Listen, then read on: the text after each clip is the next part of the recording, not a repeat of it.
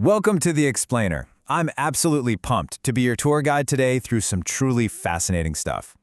Look, if you're a creator, you already know the ultimate struggle, right? Hitting those elusive monetization thresholds, like that classic 4,000 watch hours.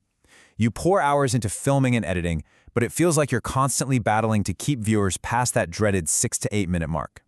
Well, today, we're going to unpack exactly how you can completely transform your watch time. Okay, let's dive into this. Why do viewers abandon your content just when you're getting to the really good stuff? Man, it is incredibly frustrating to check your analytics and see this massive, cliff-like drop in viewership right after your intro. You're losing them. And, you might think, oh, my camera isn't good enough or my lighting is kind of off. But actually, the real reason is way more fundamental. It has everything to do with how you prepare before you ever even hit record. See, research in educational tech and viewer behavior actually shows that 8 minutes is the proven drop-off point for human attention. 8 minutes! Literally, after that, cognitive fatigue just sets in. But what if I told you that the secret to smashing right through that 8-minute barrier and keeping your audience totally glued to the screen can actually be found in a 7th grade math and science curriculum? Keep that in the back of your mind because I'm going to show you exactly how that works in just a little bit. Section 1. The Audience Retention Secret. It's time to stop improvising. So to actually solve this retention problem, we have to look at the core foundation of your content. The absolute true secret to keeping eyes on your screen? It's meticulous pre-production. Because honestly, winging it just doesn't work for high retention. Scripting is your ultimate tool for engineering engagement and optimizing your viewers' cognitive load. As Elizabeth Chloe perfectly captures here, good videos work for learning because they are good videos, not simply because they are videos. You see, just putting something out there isn't enough. Professional, high-retention content works because it purposefully combines clear learning objectives with highly engaging visual storytelling. Your script is the blueprint that guarantees your explainer is actually good, rather than just being, a camera pointed at someone talking. Let's look at the practical difference here. On one side, we've got an improvised script. Sure, it feels super fast to record, but it creates a massive post-production burden. You end up spending hours in editing trying to cut out rambling and stitch a cohesive thought together. It's a headache. But on the flip side, the 2-column script. This is the industry standard for a reason. You map your narration on one column directly to your on-screen visuals on the other. It basically guarantees every single word you say has a visual purpose, which makes your editing process an absolute breeze and your final product incredibly tight. Moving on to Section 2, Scripting like a story. You really need to create a narrative. Here's the thing. Even highly educational or technical explainers need to be organized exactly like a movie narrative. If you just list dry facts, the brain checks out. Instead, you have to take your viewer on a journey, right? You need conflict, rising action, and a satisfying resolution. Here's what that narrative timeline actually looks like in practice. First, you have 15 seconds for the hook, a strong pattern interrupt, like a surprising stat, to stop them from clicking away. Then comes the setup, where you expand on a problem they deeply relate to.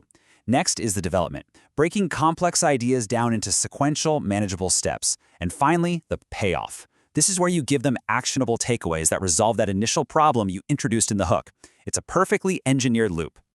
And hey, speaking of loops, this is one of the most powerful tools in your scripting arsenal, the open loop. It basically taps into our deep psychological need for closure. Notice how we're actively using an open loop right now in this very explainer? Remember how I mentioned earlier that a 7th grade math and science curriculum holds the secret to retention, but I haven't actually shown you how yet? Yep, that curiosity gap is intentionally wide open, keeping you totally invested in finding out the answer. All right, Section 3, the math of pacing and how to optimize viewer energy. Now, what's really interesting about this slide is that you can have a great story, but if your pacing drags, viewers are still going to leave. Keeping a script dynamic is absolutely crucial for viewer retention. And pacing isn't just a gut feeling. It's a measurable, mathematical component of your script that dictates whether your audience feels energized or bored. Let's break down these speaking rates. If you're doing a really technical deep dive, 120 to 140 words per minute is great for clarity. But think about that middle tier. Hitting that conversational 150 to 160 words per minute, that is the absolute sweet spot for attention. It's fast enough to keep attention, but clear enough for comprehension. Knowing this math completely changes how you write. Check this out. Here is an actual 7th grade math word problem from the IXL curriculum. If Percy skis 5,600 feet at 700 feet per minute, it takes him 8 minutes. Well, guess what? This exact formula applies to your scripts. Word count divided by words per minute equals your exact explainer duration. So, if you want a perfectly paced 5-minute piece of content and you speak at 150 words per minute, you know your script must be exactly 750 words. Literally, no guessing required. How cool is that? Let's move to Section 4 and see how this builds. A case study on motion and time. It's finally time to close that open loop. We are going to deconstruct a brilliant Class 7 science explainer on kinematics, specifically focusing on the concepts of motion and time. This right here is the ultimate example of how scripting, pacing, and visual storytelling perfectly combine to overcome that 8-minute attention drop-off we talked about earlier. So first off, they didn't just start with boring formulas. They used a visual hook comparing two friends commuting, which is a super relatable cognitive puzzle. Then step 2, they introduced a deliberate 5-second pause screen. This is absolute genius, by the way, because it forces the viewer to think, triggering active learning. And finally, step 3, they use scaffolded practice with on-screen countdown timers, completely turning passive viewing into a fun, interactive challenge. Now, this success wasn't an accident. It was heavily based on the spatial contiguity principle. Basically, this means keeping relevant text and visuals synced in space and time. The kinematic script was written so that the spoken explanations triggered a new on-screen visual change every 4 to 6 seconds. That's really fast, but this constant, synchronized visual stimulation completely prevents the brain from losing focus and wandering off. When it actually came time to teach the math, the script grounded these abstract formulas using highly relatable visuals. So instead of just showing the formula triangle all by itself, the script paired 5 kilometers per hour with an animation of a person walking and 800 kilometers per hour with a massive plane flying. This visual scaffolding significantly reduces the cognitive load on the viewer, making the math feel instantly intuitive. And they applied that exact same logic to reading graphs. Look, a distance-time graph can be incredibly abstract, but by comparing a steep slope to moving at a high speed and a horizontal line to a completely stationary object, they map these abstract variables directly to physical routes. The script didn't just spoon-feed viewers the answer. It utilized that 2-column format we talked about to ensure the visuals were doing the heavy lifting of the explanation.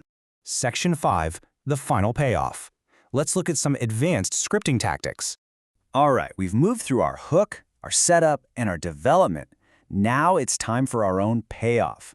We've talked about how to keep someone watching a single explainer, but how do we take these scripting concepts and use them to turn a single view into a massive binge-watching session? Well, scripting in 2 to 3 viewer participation prompts creates a real sense of community. Connecting your explainers into a logical multi-episode series builds a habit. But consider the immense power of end screens. According to the YouTube Creator Academy, just scripting a clear call to action that directs viewers to an end screen in the last 20 seconds can boost your overall watch time by a massive 20%. That is a total game changer. So think about everything we've covered today. From managing your exact word count to hit that 150 word per minute sweet spot, to utilizing the 2-column method, to creating open loops and engineering those 4 to 6 second visual transitions, that is a lot of power in your hands. So I'll leave you with this. What is the one specific tactic you are going to write into your very next script to guarantee your audience stays totally hooked until the very last second?